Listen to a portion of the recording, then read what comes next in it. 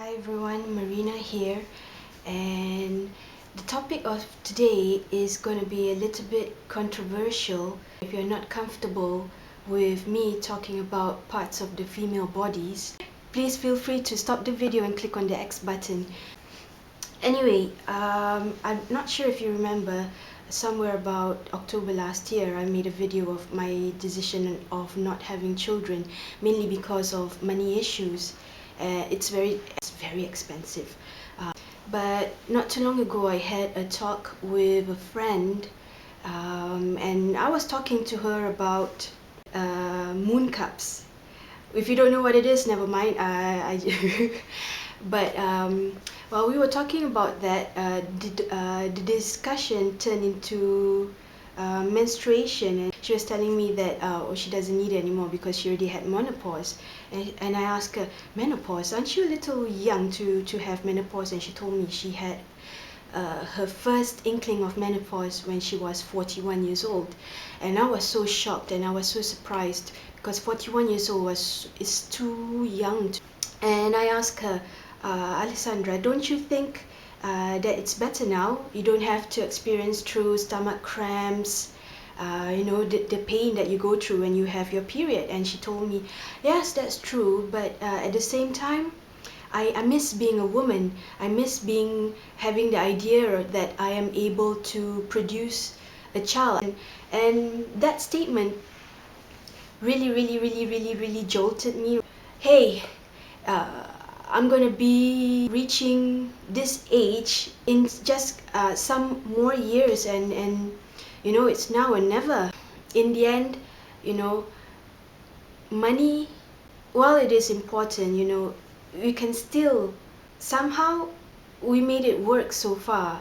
For example, in Rome, I've never had a stable job. It's not easy finding a job here, but somehow I don't know how I did it. I managed to save money enough to have a motorcycle license. I save up enough money to have a car license. I save up money to have my own scooter and my own car. I don't know how I did it, but I did it somehow. I don't know how to express myself. If you really want to do something, you will damn well do it, damn well work for it, and damn well, just do it. I don't know how to say this, more eloquently. I think we want to try to have kids, one kid, at least one child, before I reach 35 years old. And if we don't have kids by the time I'm 35 years old, then whatever happens will happen. So the first thing that we did was to go to a microcetemia center.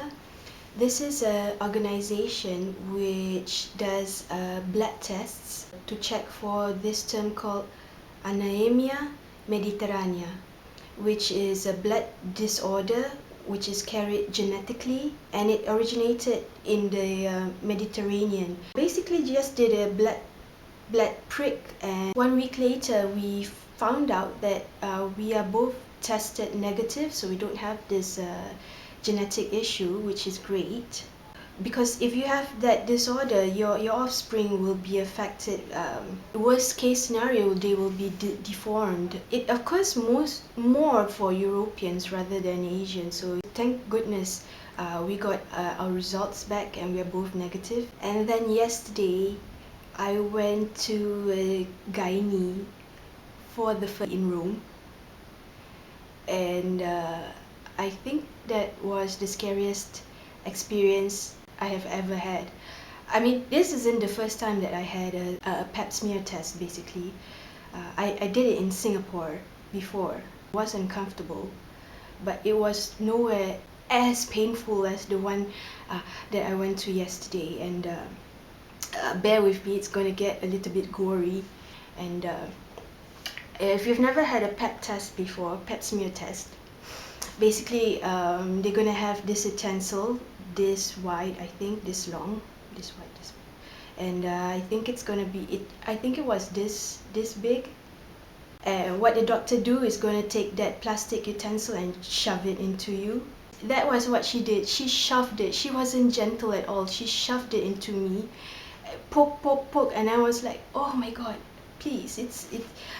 I was trying to be brave. Look back and look at the ceiling and think of happy things. But it was so hard because it was so painful. Oh my gosh, I I I was literally crying when I reached home because it was so traumatizing, and I had to calm myself down with lots and lots of cookies.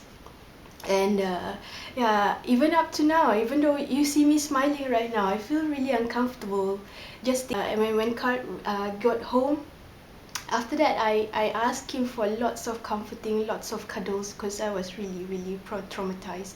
Thank goodness he was accompanying me yesterday at the gynecologist, because I don't think I could do it alone. Even it's not so much about the language issues as much as I really needed someone to be with me yesterday, just for moral support. This is going to be sounding really bad. Maybe it's European cervix, which is longer than Asian. I don't know. It sounds so bad, but I felt so Possibly one of the reasons why it was painful was because she found out that I had an inflammation which is very near my uterus, so I have to take a sort of medicine for a week before my next real pap smear test. I forgot to mention, I got this I got this pamphlet from a polyclinic here. This is the Italian one, which looks beautiful, and this and at the same display they have it in different languages, all sorts of languages, and I picked the English one. I thought that was really funny. I hope you can read this. How long is it since you had your last control? Which I thought was really funny, because there's this false friend in Italian.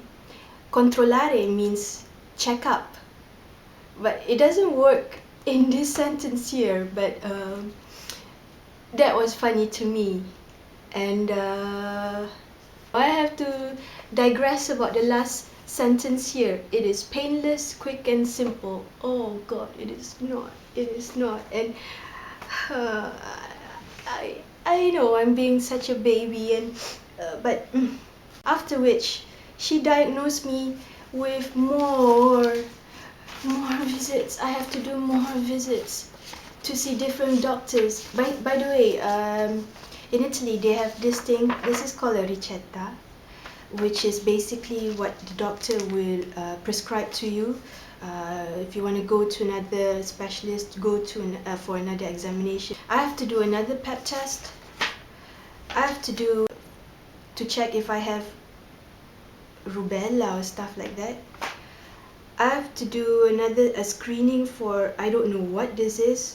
I can't even read the doctor's handwriting, much more if it is in Italian. I have to do a ecografia pelvica. When I hear ecografia, I thought it'll be so easy. You just scan using those jelly things, and then they will see if there's lumps inside your pelvic area or something like that. And then I went to go to Google, and I found out that the doctor will put in 2 fingers inside your vagina and then feel your tummy and check for lumps. Oh my gosh, I'm not looking forward to that at all. Oh my gosh. And I have to do another thing. I can't even make out what it is. As you can see, I'm completely freaked out, and I swear to you, yesterday I was really so traumatized. I didn't want to go out at all after I came back from the medical checkup, and at that point of time I felt really sad, basically. And that made me think, if I am so freaked out by a standard procedure like this, how can I be ready for pregnancy? If a simple pap smear test made me so uncomfortable and so painful, How would it be like if I were to deliver a baby? You know, pushing a baby which is the size of a small watermelon down your vagina, and you know, just the thought of that makes me so scared and made me so afraid. I feel like I'm letting myself down. I don't know, I just feel like I failed. That's all that I can say, but I really don't feel mentally prepared for it. And yet there's a lot of pressure, you know. Even though I don't have like relatives all around me, which is you know, eases the pressure, I feel like age is not in my favor, especially with the talk with my friends. So there were so many women, you know, all around the world. You know, there's 7 billion people, and half of them are women. I know I'm not special. I mean, every woman goes through this, but I really feel scared. Anyway, as you can see, it's kind of difficult for me to make this video. I had to stop it, you know, several times because I really teared up. I know this is possibly me just being over dramatic, but you know, if you feel something, you can't just, you know, bury it. You know, if you feel scared, you feel scared. If you feel happy, you feel happy, you know. Anyway, I was hoping if there's somebody who can give me an advice, because it seems that everywhere I go, everyone always says pregnancy is such a beautiful thing. You know, being pregnant is so wonderful. You know, uh, I haven't had anybody said, oh, I hated my, you know, my pregnancy. It could be wrong, but it just seems my impression. So I think I'll end this video here, and it feels good to express myself. Who knows, maybe in a couple of months from now I might have a change of heart. So I'll finish this video here. So this is Marina from marinas.net. Bye for now.